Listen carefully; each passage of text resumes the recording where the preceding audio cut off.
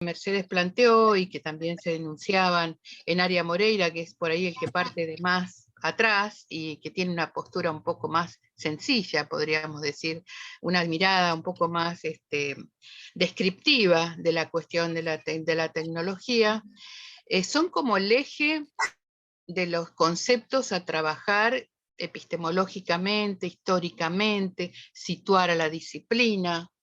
Nosotras con Mercedes tenemos pensada para la clase que viene hacer un repaso general y, si lo logramos, proponerles una forma de trabajar especialmente estos aspectos. Pero eso no quiere decir que nosotros no pensemos que hay otras miradas que enriquecen las lecturas que hacen estas autoras, que podríamos decir son clásicas, ¿eh? O clásicos de las lecturas de la tecnología educativa, con otros autores que por ahí, desde una postura, por ejemplo, en el caso del autor que vamos a ver ahora, más política, más ideológica, más filosófica, miran, increpan, interpelan a la tecnología, o una mirada más cultural, más comunicacional, como es la de Sibilia, o una mirada que, por ejemplo, es desde la economía, que no es un factor economía y sociología, como es la de Benamou, que son las que les queríamos compartir hoy, así que nos queda poco. La idea sería que, ya que nos quedan pocos autores, si podemos, de alguna manera, dialogar, porque, bueno, aprovechar esta horita hasta las 7:30 en un diálogo siempre es más interesante. No sé si ustedes pudieron mirar un poco la propuesta de los capítulos 1 y 2 del libro de Benamou, que tengo acá, que está ahí. ¿Leyeron algo? ¿Alguien pudo dar alguna lectura?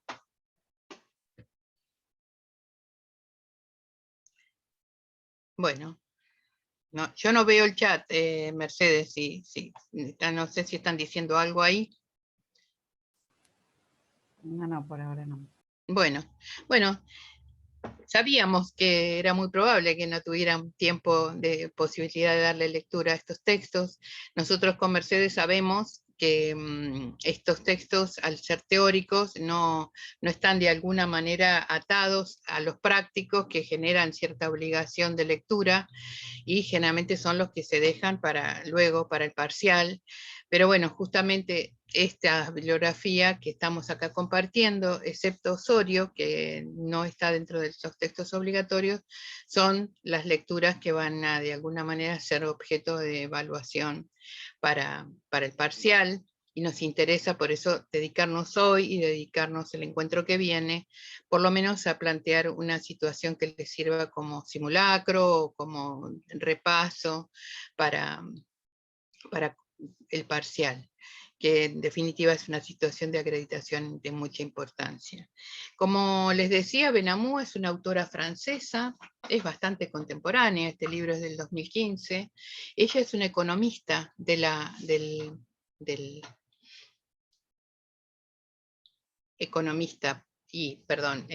economista, y tiene una mirada hacia una de los enfoques que uno puede dar a esta cuestión de la tecnología educativa, es mirar también qué problemáticas acarrean o qué beneficios acarrea la elección de un material por sobre otro, de un dispositivo por sobre otro. Y ella toma como eje para sus primeros capítulos lo que pasó con la desaparición del libro como idea cuando aparecen las computadoras, y qué fue lo que pasó. Digamos, de alguna manera toma como una metáfora la cuestión de lo que pasó con el mundo de la música, si uno toma retrospectivamente, no muchos años hacia atrás, el mundo de la música ha cambiado de una forma increíble. Es la desaparición de dispositivos, de formas de acceso y de actores y de trabajos también, como se desaparecieron algunos trabajos, pero aparecieron otros, ¿no es cierto? Y con lo mismo está pasando con el libro. El libro es lo que, de alguna manera, si nos remontamos a una escena de hace unos años atrás en la vida de cada uno de nosotros, a pesar de que ustedes sean jóvenes, la mayoría, mucho más jóvenes que yo y un poco más jóvenes que Mercedes, como responsable de materia, la escena de la noche cuando los padres nos leían un cuento, supongamos, siempre iba a ser con un solo objeto, que era el libro en la mano de nuestros padres, ¿no es cierto? Hoy, ¿cuántos dispositivos pueden ser los que de alguna manera representen esa situación, además de, obviamente, lo oral, que es la tecnología más antigua que tuvimos los humanos, que es la memoria, recordar y recuperar historias a través de nuestra posibilidad de comunicación a través de lo oral. La primera tecnología fue la palabra escrita, ¿sí? Y eso tardó siglos en instalarse, eso lo veíamos con McLuhan, ¿no? En el teórico que hacemos mención a ello. Entonces, bueno, como les decía, creo que la mirada que nos aporta Benamou es como sacar o resaltar esta lectura de las consecuencias económicas de la vida personal y de la vida del mundo capitalista, de cómo ello de alguna manera impacta en la vida de las mujeres y los hombres que transitan la actualidad y que termina de alguna manera diciendo desde su perspectiva que ella imagina que el futuro del libro es híbrido, en el sentido de que ni va a desaparecer como muchos vaticinaban, pero va a cobrar otras formas, otros actores, muchos van a desaparecer y nuevos van a aparecer. Y que es probable que los libros salgan, fíjense que este libro está escrito en el 2015, y ya esto nosotros ya lo estamos viendo. Es probable que los libros salgan en 2 versiones. También, y que esa posibilidad va a depender de su masividad, lo estamos viendo nosotros en las clases que dictamos. Y lo que nosotros podemos hacer como crítica de este texto, como comentario, ¿bien?, de estas miradas que nosotros tratamos de aportar también desde la asignatura, es que como Benamou es francesa, se nota en su perspectiva y en su mirada una preocupación que es absolutamente central y europea. No están presentes los dobles desafíos, los dobles interrogantes, las dobles preguntas, las necesidades y urgencias que atraviesa la periferia, digamos, ¿no?, el mundo que no está protagonizando esa hegemonía en la economía. ¿Qué lugar nos toca? ¿Y qué pasa con el libro en todo eso? ¿Qué valor tiene? ¿En qué medida entra en el juego de la venta de los datos cuando ella se menciona a Amazon y a otras grandes empresas que manejan las compras y las ventas y también las formas de obtener datos de sus clientes? Bueno, ella termina diciendo, como ya lo dije, se trata de una revolución industrial, por un lado, que es magnífica y cognitiva, y no todos saldrán indemnes, y que de todos esos actores que participaban, algunos van a desaparecer, y ya han desaparecido, ¿no? No sé si quieren que hagamos algún comentario, porque tenemos 3 autores para mirar, así que si quieren plantear algo, lo hacemos, si no, seguimos con Landa. No sé, Mercedes, si querés agregar algo. Perdón, no sé si me pasa solo a mí, pero lo que está en rosa no lo llego a terminar de leer, me falta el último renglón.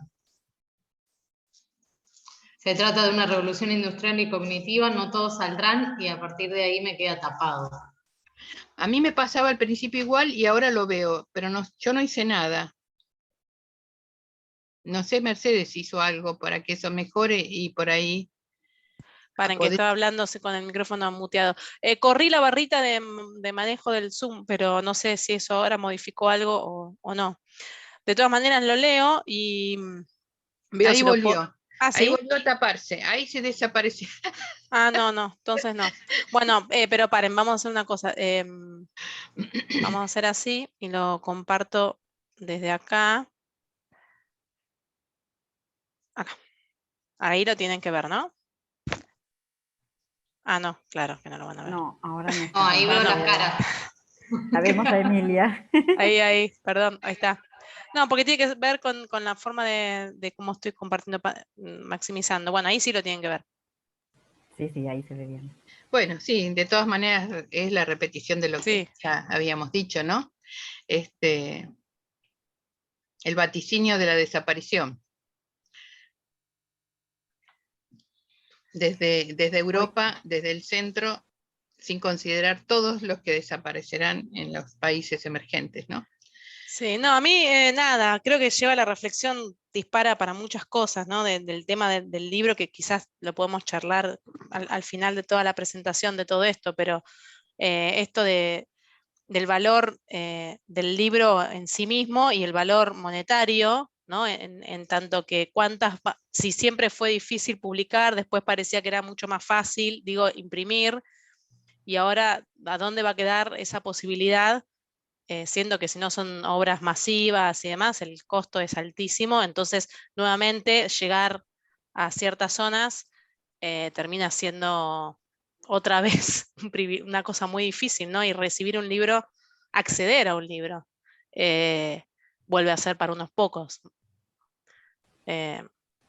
Sí, justamente del libro, que para mí de todos los materiales que uno puede echar mano desde una mirada absolutamente, es el más democratizador.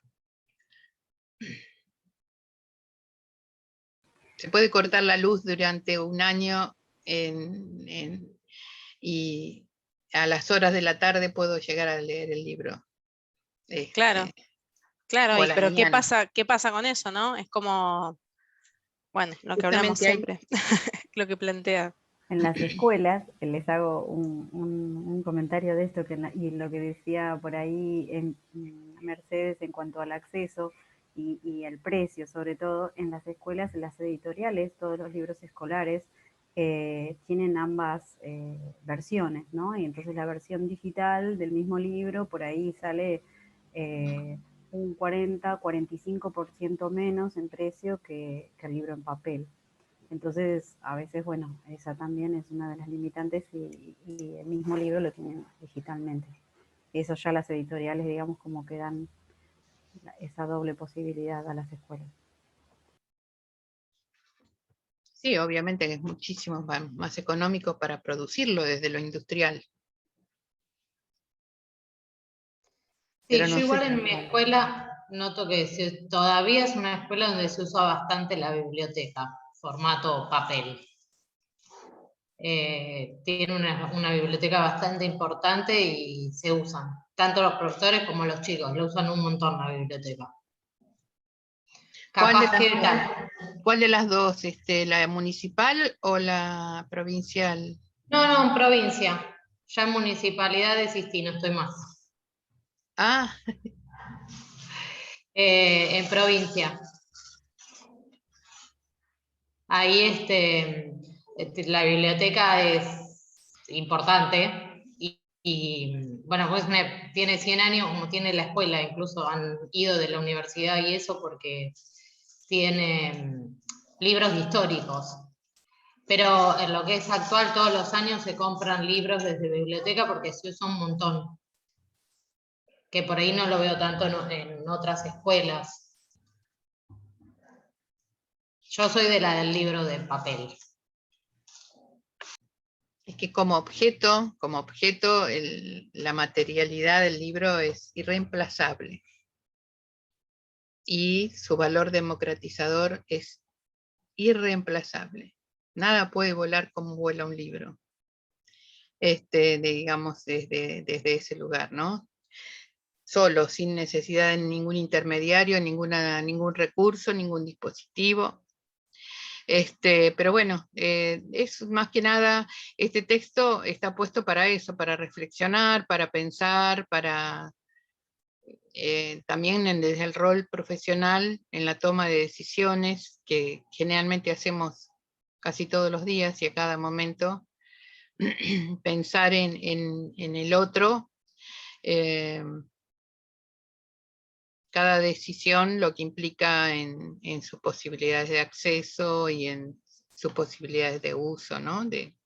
Y de construcción de una cultura.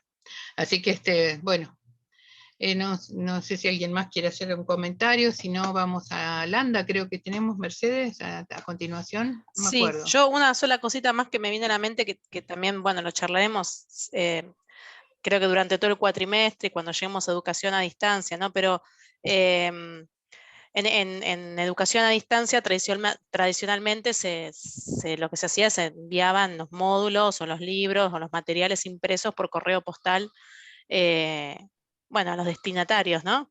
Y bueno, hace poquito, en el lugar donde trabajamos con Patricia, que es el INE, que hace más de 25 años que hace educación a distancia, desde el 2013 se comenzó el proceso de virtualización, ¿no? Con todo lo bueno que trae en cuanto a agilidad en la comunicación, posibilidad de utilización multimedia y demás. Porque la idea no es demonizar, sino reflexionar respecto a lo que se gana y lo que se pierde y en las decisiones que se toman. Pero bueno, en esta nosotros con Patricia siempre decimos que perdimos una batalla, que fue la del envío de los módulos, por múltiples razones, pero una, por ejemplo, es la de la biblioteca. Creo que a la mayoría de nosotros nos habrá pasado a hacer cursos virtuales, descargar el material en formato digital y después querer ir a buscarlo y decir, ¿en qué carpeta lo puse? O sea, salvo que uno sea muy sistemático, ¿no? Hacer notas es mucho más complejo, y sin embargo, ¿cuántas de nosotros o cuántos tendremos el registro de la tapa de un libro, de una anotación que le hicimos, de en qué lugar de la biblioteca estaba? Entonces, nosotras desde nuestro rol en educación a distancia como pedagogas decíamos, no, pero el valor del libro, del módulo, después al participante le queda, si hizo notas, puede volver, bueno, todo lo que eso implicaba, y bueno, las decisiones siempre son, están atravesadas por muchas cuestiones que no son solamente las pedagógicas en las instituciones, pero bueno, siempre está la importancia, digamos, de poder hacer ver o hacer notar estas cuestiones, que no es solo lo digital, economizar y la velocidad de la comunicación, sino todo lo otro que se pierde en decir, bueno, no se manda un libro impreso. Nada, me llevo a esta reflexión también. Tal cual. Bueno, saltamos en el tiempo muchos años hacia atrás, pero tiene que ver con esta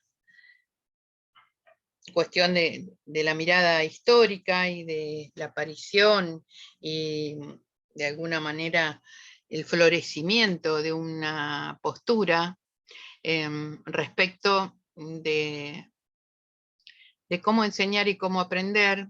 Fíjense que Landa era ruso, supongo que digo era, no sé si ya falleció. Este texto está escrito en 1968 en la anterior República Soviética, ¿no?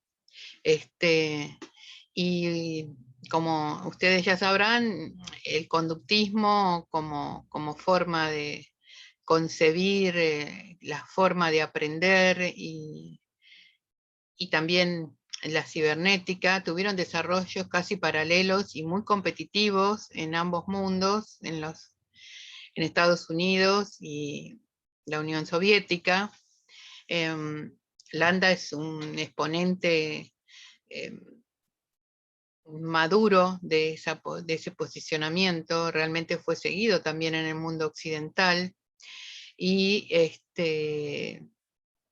hace un planteo que a pesar de tener un desarrollo tecnológico muy considerable en el texto,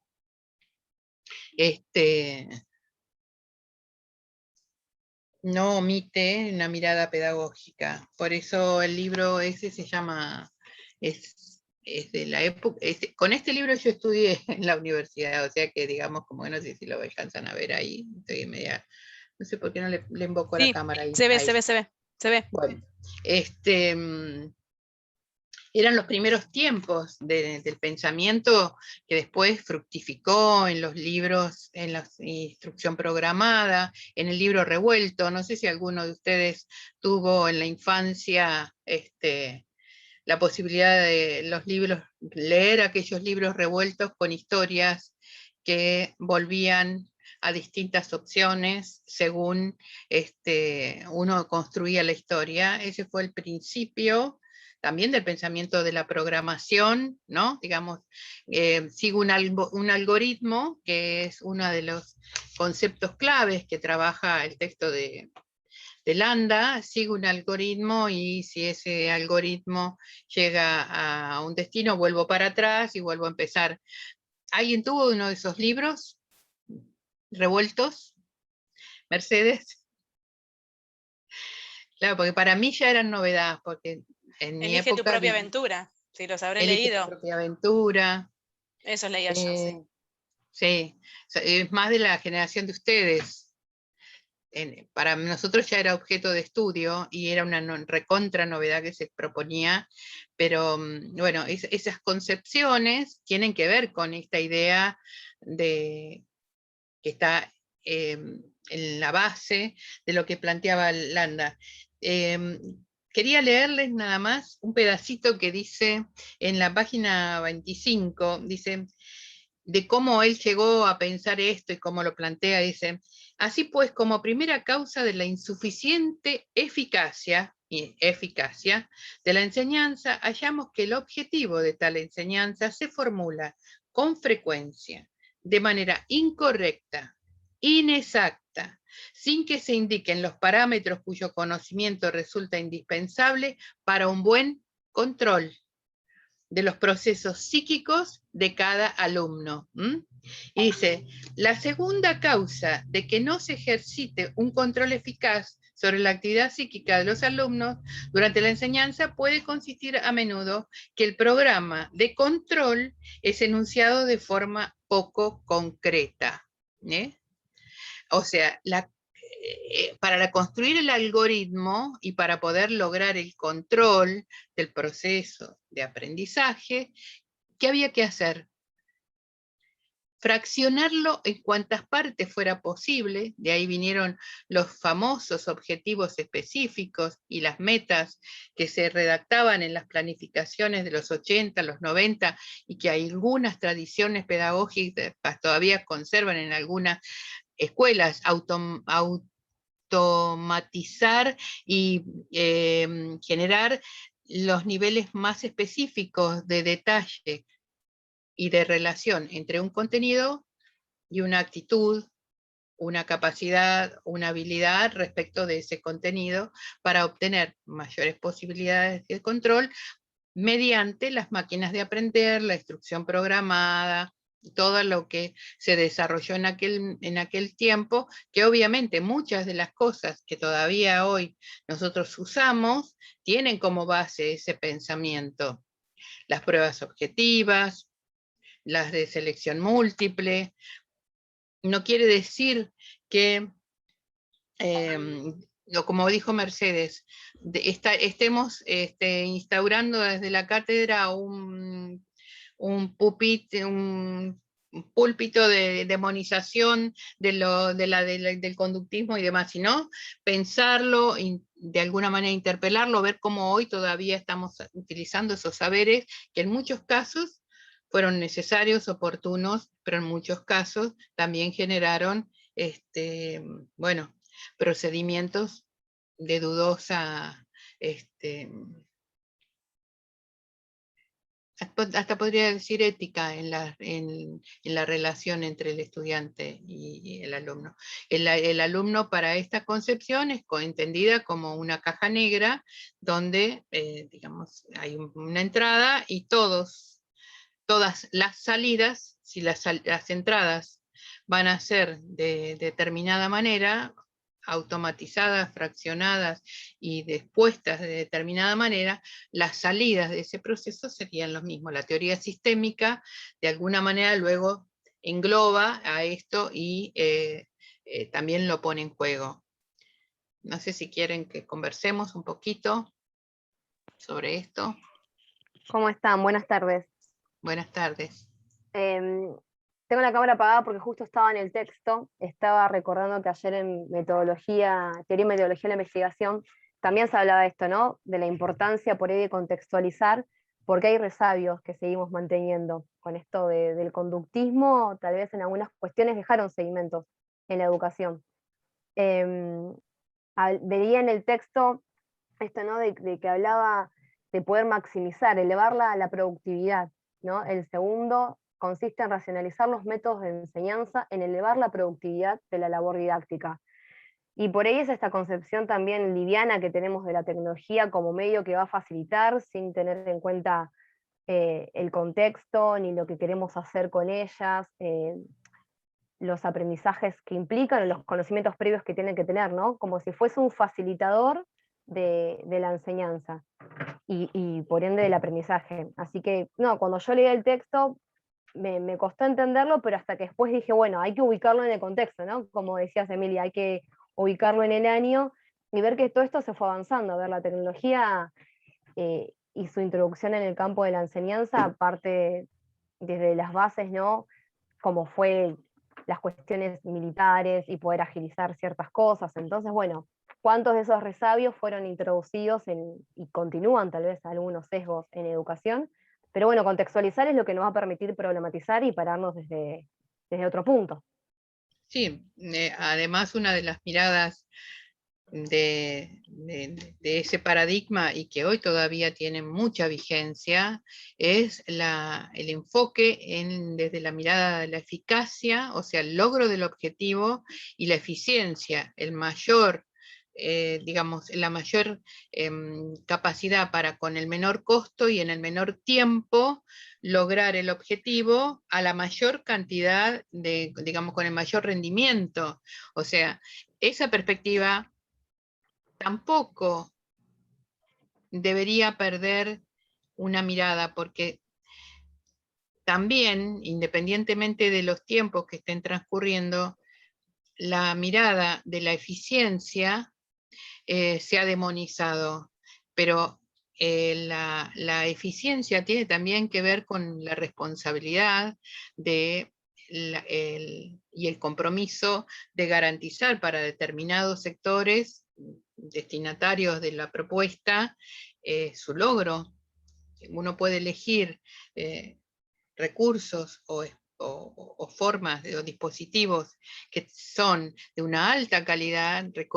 Recordemos la escuela nueva en Sanderhill era la mejor escuela de toda la propuesta de la escuela nueva, de la escuela activa, era la mejor escuela, pero era una escuela que solamente la tuvieron algunos y que no fue una propuesta para todos.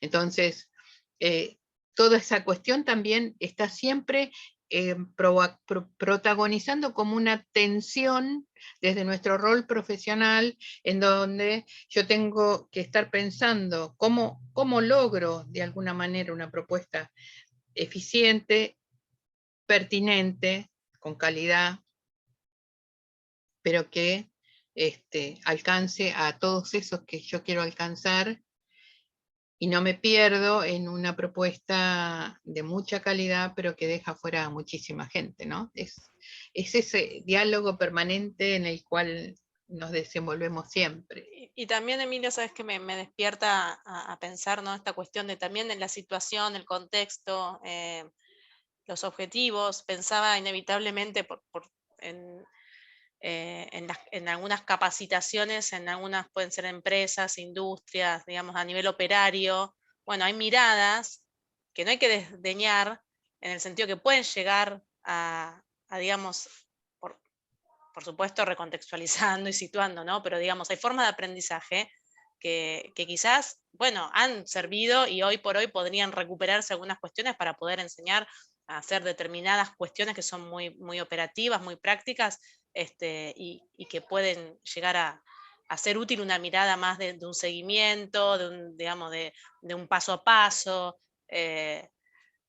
porque siempre estamos como muy acostumbrados a, bueno, todo, nada, blanco, negro, viejo, nuevo, mal, y bueno, tampoco que todo está malo, todo es bueno, pero bueno, me parece que recuperar estas cosas puede, para determinados ámbitos de educación, de formación o de capacitación, puede llegar a tener un aporte. Sí, incluso me vino a la mente un ejemplo, pero no lo usé, porque como estás vos, Mercedes, seguramente podría haber sido una barbaridad, pero ya que lo pensé, lo voy a decir. Y cuando pensé en esta cuestión, se me ocurrió la cuestión de la vacuna. Digamos, esta decisión que se tomó de que se aplique la primera y no las 2 dosis en todos los casos para lograr una mayor cobertura, es una decisión tecnológica, digamos, tiene que ver con la tecnología, o pero también es política, también es sanitarista, bueno, pero tiene que ver con esta cuestión de cómo lograr un objetivo de cubrir de alguna manera más eficientemente la problemática que atravesamos. Para unos pocos o menos para todos, ¿no? Sí, sí, yo siempre digo, no, qué bueno que no estamos en algunos zapatos decisores. Sí, pero no estamos en esa magnitud, pero estamos todos los días tomando decisiones que dejan afuera y que incluyen, todos los días y a cada momento como educadores. Creo que eso es lo que de alguna manera es mi intención, que quede un poco visible con estos otros autores que estamos mirando, la cuestión de la economía, la cuestión del modelo pedagógico que subyace, pero que a la vez tiene que ver con otras cuestiones, digamos, el neoliberalismo que nosotros después, muchos años después, tuvimos en los años 90 y los 2000, también tomó decisiones de esta naturaleza para la educación que tuvieron un impacto importante, pero ya teñidas de nuevas miradas también, es como que ya estaba enriquecida la postura y hubo cuestiones que por ahí trascendieron posturas netamente, podríamos decir, tecnológicas desde el conductismo, pero y como decía, no me acuerdo el nombre de quién participó, se me fue. Belén. Belén. Sí. Bueno, como hoy todavía están presentes esas prácticas, y no sé si lo pongo en duda, lo pregunto. No son prácticas algunas que pueden llegar a tener aplicaciones potentes para determinados propósitos democratizadores, de alcance de sectores de población importantes. Son estrategias que han usado, por lo menos tanto en Occidente, dentro del líder del capitalismo en Estados Unidos, como también las repúblicas soviéticas utilizaron el conductismo para Cuba. Todavía tienen una importancia enorme esos paradigmas en sus prácticas. Personalmente, en mi caso, siempre que tenemos que tomar decisiones, por lo menos las que compartimos con Mercedes, tratamos de alejarnos de esa mirada y de proponer estrategias que sean más, más completas, más integrales, pero son miradas que están ahí y son prácticas que están ahí para tenerlas en cuenta. Por eso lo elegimos como una forma, como un ejemplo. Es un ejemplo de tantos. Ustedes en esta misma línea tienen a Skinner, tienen a Bloom, son todos los que, Gagné, todos los que de alguna manera dieron cuenta en el mundo occidental de esta mirada, y también las famosas máquinas de enseñar de Skinner. Esto da para una materia solamente, todo estos desarrollos que hubo y que sigue habiendo en esta línea. Bueno, no sé si pasamos a Sibilia, y bueno, Sibilia es fundamentalmente una especialista brasileña que se acerca a esta cuestión de la digitalización, pero desde la mirada de lo cultural, desde la mirada de la comunicación. El video que nosotros le propusimos con Mercedes, que está ahí en la plataforma, es muy cortito, no les va a ocupar mucho tiempo, pero me parece que, como decíamos al principio, enriquece estas miradas, y ella lo trae desde lo cultural, desde nuestro cotidiano, desde cómo esa vida, y de alguna manera inmersa en esta nueva forma de comunicarnos y de vivir, nos ha ido mutando y de alguna manera nos instala frente a una nueva realidad que requiere, indefectiblemente de quienes estamos en estos campos, una reflexión, mirarlo de nuevo, pensar.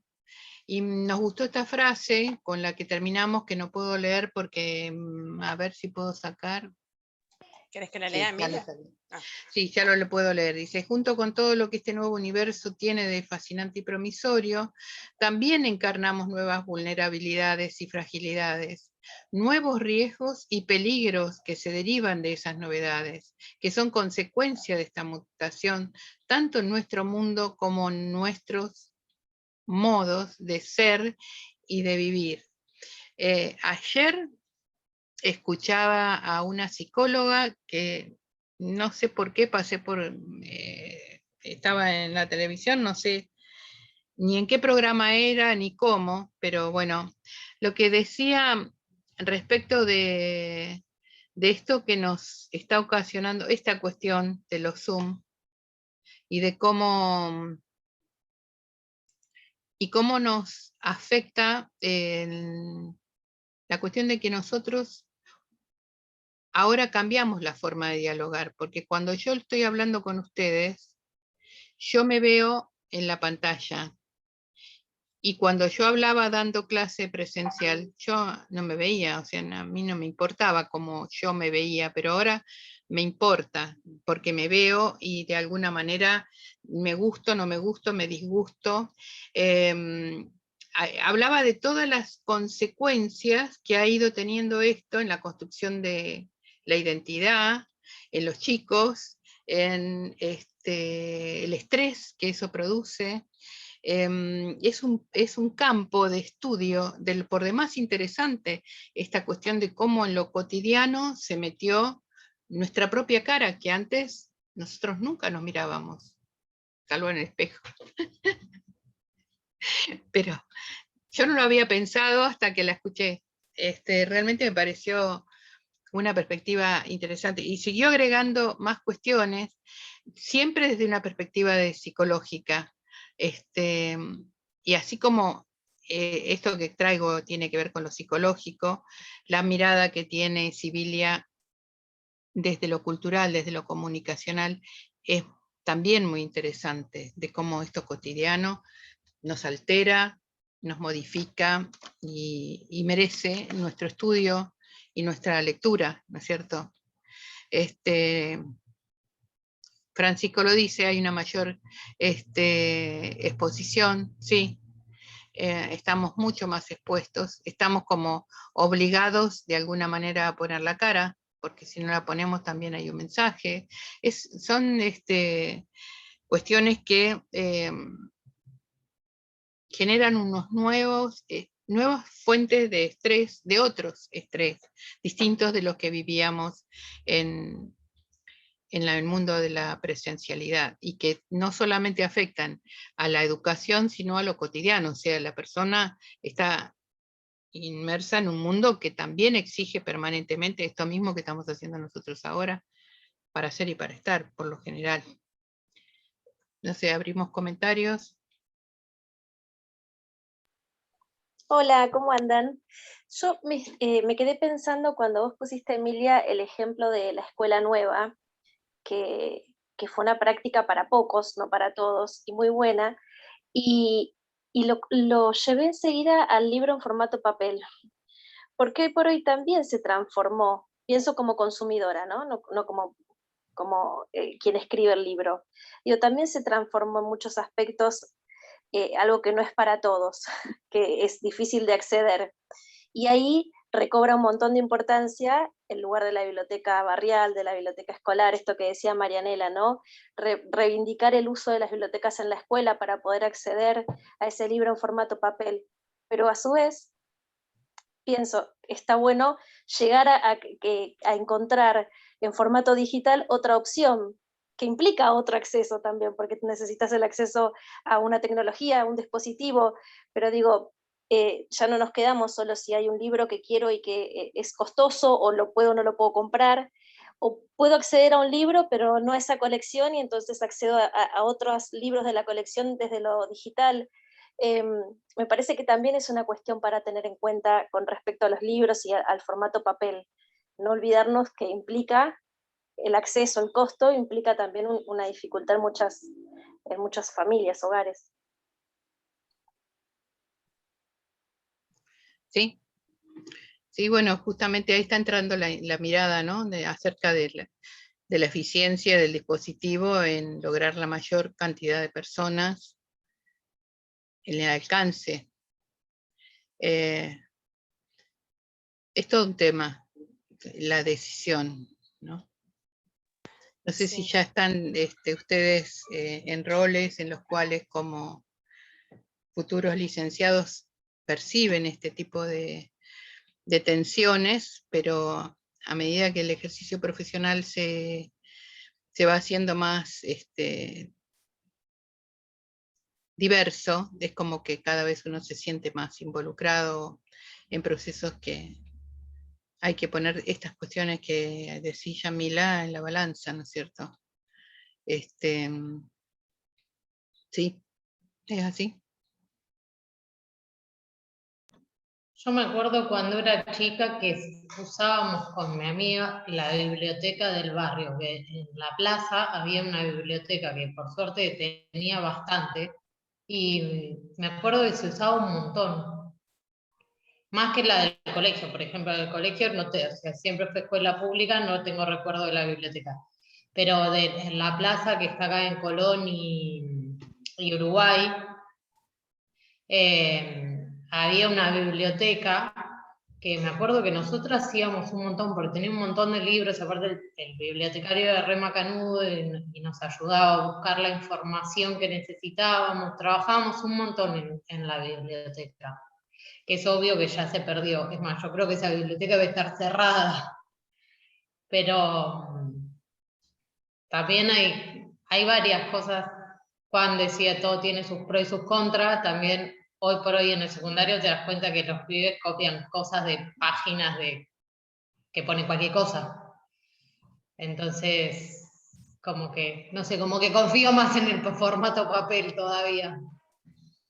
Yo en lo personal, ¿no? Obvio. Sí, Son sí, opiniones. esto de los pros y contras, sí, eso desde ya. El tema es, bueno, en estos roles profesionales en los que nos estamos formando o tenemos injerencia, bueno, en algún punto cuando hay que tomar una decisión hay que ver por qué pro y por qué contra nos definimos, ¿no? Y bueno, y poder tener esta mirada y este posicionamiento, esta lectura, que a veces no es fácil. A la hora de tomar decisiones, porque entran en juego un montón de cuestiones, pero bueno, lo primero es poder verlas, porque si no, no hay elección a conciencia posible, no hay ejercicio del rol profesional responsable tampoco. A veces nuestro rol es un poco visibilizar estas cuestiones, ¿no? Llevar la voz de estas miradas. Para eso Yo me necesitamos quedé- tener, súper en claro cuál es la intencionalidad en la decisión. Digo, cuál es la intención pedagógica o desde el rol que yo tengo para tomar esa decisión y sobrellevarlos, sobre todo los contra, porque es con lo que uno tiene que aceptar y que hacer las paces cuando toma esas decisiones. Si yo elijo que todo sea en formato digital, bueno, obviamente voy a tener un contra, pero ¿cuál es la intención o cuál es el fundamento pedagógico que sustenta esta decisión? ¿O cuál es el sustento que uso para tomar otra decisión? Me parece que ahí también está la cuestión. Y que cada vez es más difícil que ese posicionamiento que uno toma con la decisión sea lo correcto. Yo trabajo en el nivel primario, en 2 escuelas muy distintas, eh, pero me siento cada vez más lejos de los chicos y de su acceso al conocimiento. Entonces, cada una de esas decisiones tiene otro peso, porque yo tengo un fundamento y tengo el por qué lo estoy tomando, pero al verme lejos de ellos es como que también empezás a darte cuenta que no es su necesidad, no es su realidad, esto que creo que escribió hace un ratito Juan en el chat. Ellos tienen otros modos de leer, escuchar, y no es lo mismo, no comprenden, no decodifican igual lo que leen en formato papel que lo que ven en un video.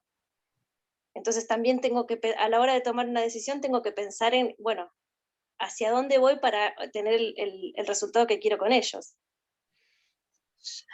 Sí, yo cuando Marianela relató su anécdota de la infancia, de la cual yo tuve experiencias similares en mi infancia, tanto en Loma de Zamora como acá en Mar del Plata, donde la biblioteca del barrio era un lugar de encuentro también, donde uno hacía amigos y por ahí tenía una guía de actividades y se resolvía buscando entre todos, y el bibliotecario tenía un rol alfabetizador, digamos.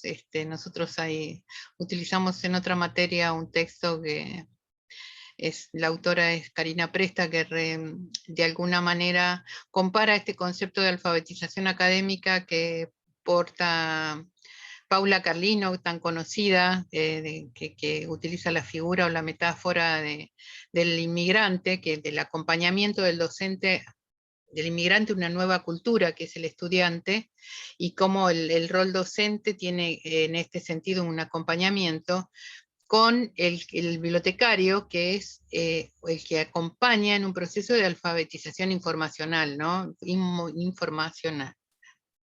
Informacional, está bien.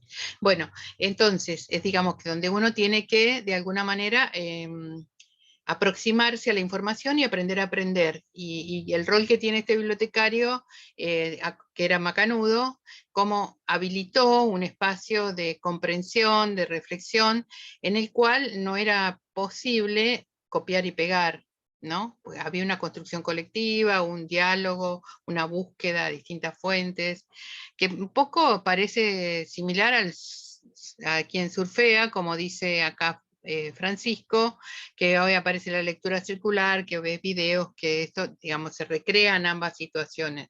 El tema es la reflexión sobre los procesos que cada cuestión conlleva, que todavía no la tenemos del todo resuelta, en el sentido de si las operaciones de pensamiento y que se proponen, como de esa desconfianza que apareció un poquitito cuando Marianela dijo, yo prefiero que lean y que después lo compartan, en detrimento de puedo copiar y pegar en forma poco reflexiva o tal vez solamente automática, ¿no es cierto?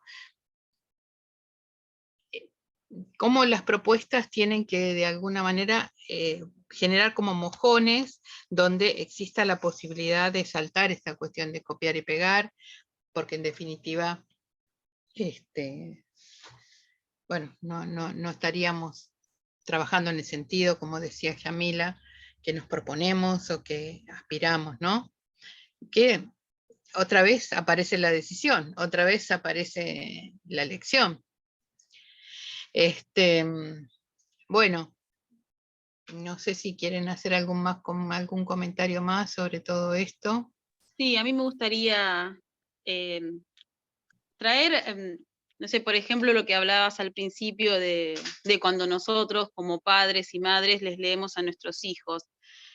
Cómo ese solo acto de agarrar un libro y leérselo invita a que ellos conozcan un libro desde edades muy tempranas. El libro en formato papel, porque puedes leer desde un celular, pero no es lo mismo. No es lo mismo. Entonces, creo que también la enseñanza con el ejemplo siempre los invita a curiosear. Por ejemplo, yo a mi hija le leo muchísimos libros, todos libros, cuentos infantiles, pero en formato papel, y ella ahora, por ejemplo, con la que va a primer grado, le mandan los textos en PDF, y para ella eso no es un cuento, porque no conoce esa otra forma, digamos, de lectura, como que está acostumbrada al papel, y cómo, y yo digo, cómo eso también hace, ¿no? Que los adolescentes hoy, por ejemplo, esto que decían de copiar y pegar, me parece que también va más que nada en el sentido de que, bueno, habría que también a ellos proponerles, bueno, busca en algún manual que tengas en tu casa, porque la información está, y manuales en las casas hay.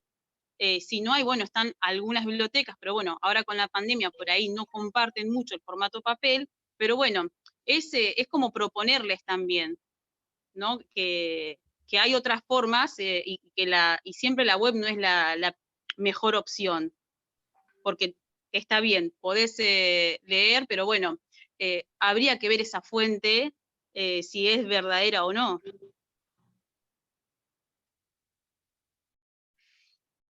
Sí, tal vez no sea la mejor, por lo menos que no sea la única, ¿no? Tal vez el punto. Yo pienso como Oda, cuando quedé embarazada, lo primero que dije, apenas nace quiero que el bebé tenga una biblioteca, o sea, que se despierte y vea libros. De hecho, ahora está jugando con uno que esos que vienen de tela para bebé, que son de dibujitos nada más, ya está jugando con un libro. Pero fue una de las condiciones para una amiga que le iba a decorar la pieza, qué sé yo, le digo, ten en cuenta que en algún lugar tiene que haber una biblioteca. Qué buena amiga. Sí, es bastante malcriado porque es el primero de la familia, entonces todos están ahí pendientes del chiquito.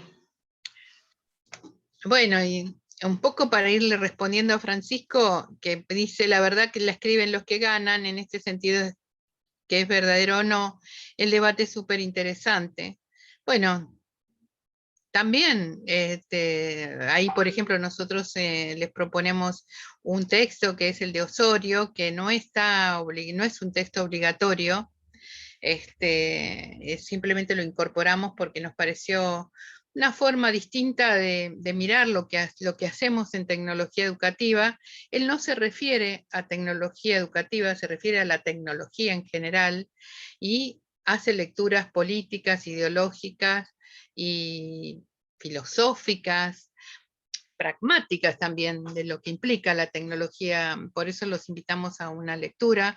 Hicimos una tabla que si Mercedes quiere compartirla, yo con mucho gusto la voy a comentar. Sí, sí. Me pasa que estaba más arriba, ahí, por ahí andaba. Donde en realidad en esta tabla lo que hicimos fue recuperar las miradas que aparecen en su... No, en esta tabla no, porque no es una tabla. No, es esta mejor, sí. Los enfoques que él plantea sobre la tecnología y toma definiciones, cómo relaciona esto con la sociedad, digamos, cómo se relaciona la concepción de la tecnología con la sociedad, qué miradas están presentes, la relación con la ciencia, la relación con la innovación y las perspectivas críticas. Yo creo que, bueno, son 7:30 pasadas, ya no sé, pues ya tiene que entrar a la otra materia. No sé si conviene que nos detengamos demasiado en esta cuestión, igual queda compartido, pero justamente nosotros incorporamos a lo que plantea Osorio esta cuarta columna, que habla de una postura crítica, que hoy en las miradas que ustedes van a ver en varios autores que vamos a invitar, incluso en el simposio que viene, van a mirar que esta mirada está muy presente, y creo que ya hay quienes tienen una palabra en este sentido, y que tienen posturas que no quedan cerradas exclusivamente a lo hegemónico, esto respondiendo de alguna manera a la preocupación que recién compartía Francisco. Creo que nosotros en nuestra cátedra y en Latinoamérica y aquí en Mar del Plata tenemos gestores y técnicos y tecnólogos que trabajan en esta cuestión y que tienen miradas críticas, pero no solamente críticas, sino también propositivas, alternativas, contrahegemónicas, podríamos decir, respecto del impacto de las tecnologías en la educación y en la comunicación. Bueno, ahí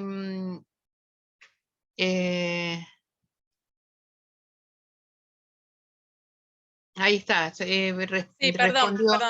Podemos hacer un repaso. De todas maneras, los textos obligatorios son los que están en el programa. Puse PTD, pero en realidad, bueno, en el aula tenemos el programa.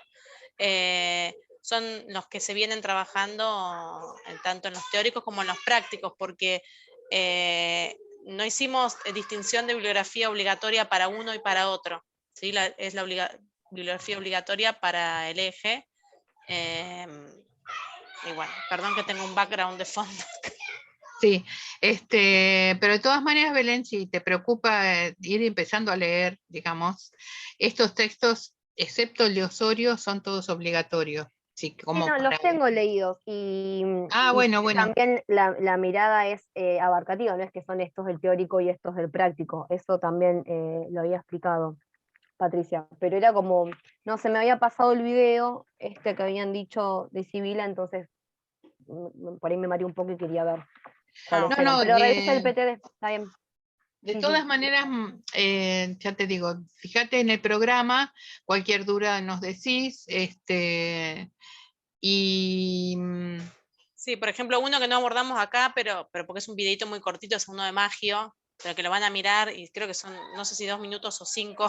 Sí, pero es muy corto. Claro, bien específica aparte. Claro, por ejemplo, y hay 2 o 3, creo que hay un texto de León, que también es muy simple, y creo que el resto los abordamos todos, si no, bueno, la semana que viene igual hacemos el repaso y la puesta en punto, pero son esos que están ahí en el programa, que la mayoría los trabajamos entre el miércoles pasado y este.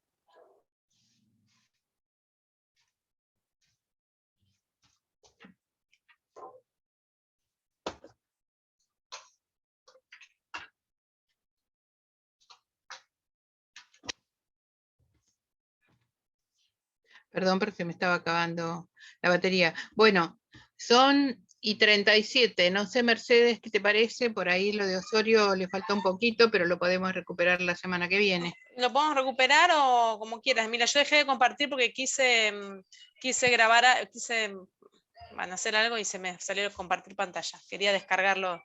Sí, yo más que nada, digamos, sí. Depende de la gente si es que se pueden quedar, porque si no, si quieren hacer algún comentario o no, no sé. Yo me puedo quedar, pero y vos también, pero no sé. Si tiene que pasar a la otra materia.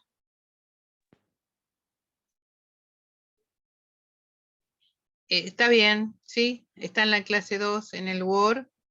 Y bueno, ya les digo, el cuadro va siguiendo la exposición de Osorio, que recupera a otros autores, y se basa también en conceptos que de alguna manera estuvimos viendo, esta idea de cómo surge la idea de la tecnología, esta incluso concepción neutral que es propia de la concepción positivista, que también está presente en la ciencia, en el conocimiento científico, donde la tecnología se empieza de alguna manera a tener nombre. La tecnología existe desde que el hombre es hombre y forma parte de la transformación de la realidad para su propio uso, beneficio, pero digamos esta cuestión de la como podríamos decir, de la neutralidad, de la objetividad de los conocimientos científicos, también se derrama en lo tecnológico. Hay una autora que nosotros utilizamos para otra asignatura, que es Violeta Guyot, que es una epistemóloga argentina, que en su artículo donde habla de las ciencias de la educación y la cuestión de las miradas epistemológicas, al referirse a la neutralidad de la ciencia, que vale para la tecnología también, toma como ejemplo una metáfora que utiliza Gregorio Klimovsky cuando se refiere al martillo, en una polémica, en una discusión que hubo respecto de, por ejemplo, los descubrimientos que de alguna manera habilitaron la bomba atómica, ¿no? El conocimiento científico, tecnológico, un desarrollo que potenció enormes cosas, pero bueno, tuvo las consecuencias que tuvo, y en qué medida quien lo propuso estaba apoyado en esta concepción de la neutralidad del conocimiento científico, la neutralidad de un martillo. Un martillo está concebido y desde lo tecnológico con una finalidad, pero también puede ser utilizado para matar a una persona, ¿cierto? O sea, ¿cómo es esta cuestión? ¿Es aséptica, es neutral la tecnología? Esa mirada y esa perspectiva estuvo presente durante muchos años y fue propio de un paradigma que hasta muy poco tiempo estaba en nuestra cotidianeidad, manteniendo esta idea de la objetividad, la neutralidad, y hoy las miradas son más críticas respecto de eso, y hay como cierta perplejidad y también cierta atención a las perspectivas propias del sur, de lo colonizado y de las nuevas formas de colonización, ¿no? Que un poco eso también lo van a encontrar en Benhamou, que de alguna manera, a pesar de que su mirada es occidental y europea y centralista, se derraman cuestiones que tienen que ver con esta cuestión de los nuevos modos de colonización que posibilitan los nuevos desarrollos tecnológicos, cuando las miradas son ingenuas, ¿no? Sistémicas, digamos, en el sentido del afuera y el adentro. Yo voy pasando un chivo, Emilia, Dale. de cara al simposio. Vamos a abordar estas cuestiones en el simposio, digamos bueno, cuando lo van a ver en el cronograma, pero es después del parcial, pero donde, bueno, van a venir invitadas, invitados especialmente para conversar sobre la cuestión de la soberanía, ¿no? En Internet, bueno, esto ahí es un tema clave, la cuestión de las nuevas colonizaciones y a veces la ingenuidad o no de los consumidores y bueno, y los sentidos de estas cuestiones. Así que ahí es donde se empiezan a entrelazar estas miradas. Así que ya. Tal cual. Sí, como que con esto solamente planteamos como semillitas de levadura que luego irán desde la propuesta de la cátedra complejizándose, y también desde cada uno, del interés, la movilización que les provoque lo que les proponemos de distintos lugares, ¿no es cierto? Bueno, como la que hoy salió en nuestros diálogos, como de un determinismo tecnológico donde se pensaba una tecnología para todos igual, porque el supuesto es que todos somos iguales, a lo situado, a lo interpretativo de una realidad, de una vida determinada, de un grupo, de un contexto determinado. Que fueron cosas que hoy, por ejemplo, fueron saliendo.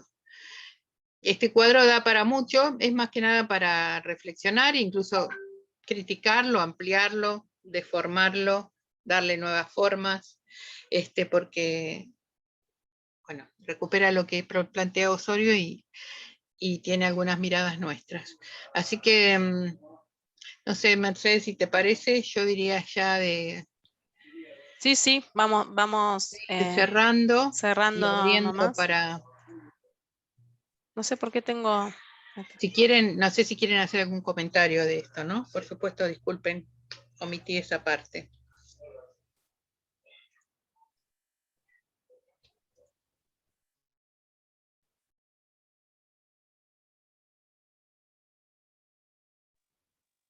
Bueno, parecería que Que no. no.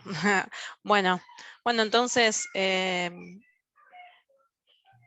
términos de orden, digamos, de organización, recordarles que el lunes la entrega de la editorial del caso, eso ya lo vienen trabajando con Patricia, ella va a estar especialmente atenta estos últimos días al foro, a los mensajes, y bueno, el lunes a disposición que quieran hacer alguna otra pregunta, y el miércoles vamos a estar haciendo una clase de orden, entre, como decía Emilia, de repaso, simulacro y práctica, un poco para ir a los textos, que surjan preguntas, respuestas, bueno, y después ya el sábado 8 arrancaría el parcial, que como ya también les comentamos, es en duplas, ¿sí?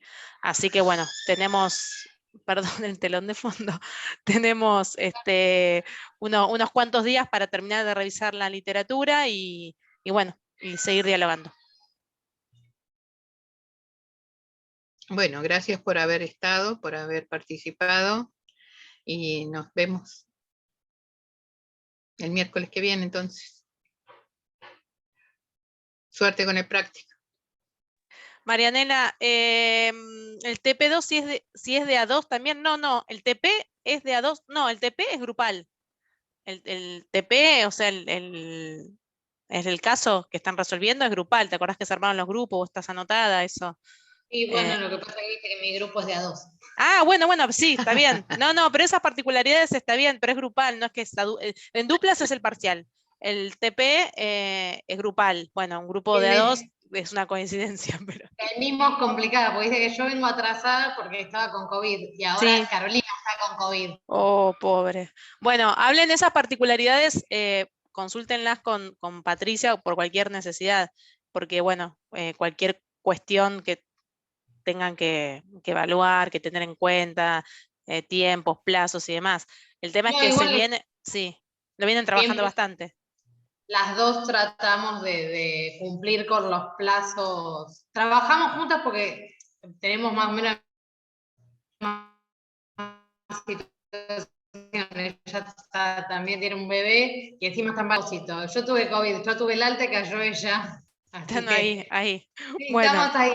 Pero Bueno. Tratamos de irnos poniendo al día. Perfecto. Sí, de hecho es lo mejor en el sentido de que van a llegar al parcial con todo leído y el caso está pensado para que puedan justamente ir haciendo una perspectiva crítica, una lectura algo reflexivo, digamos. Así que si lo van llevando el caso, van a llegar muy bien al parcial. Bueno. Así que sí. Bueno, nos despedimos entonces, seguimos en contacto. Nos vemos el miércoles que viene a la misma hora, por el mismo canal. Adiós.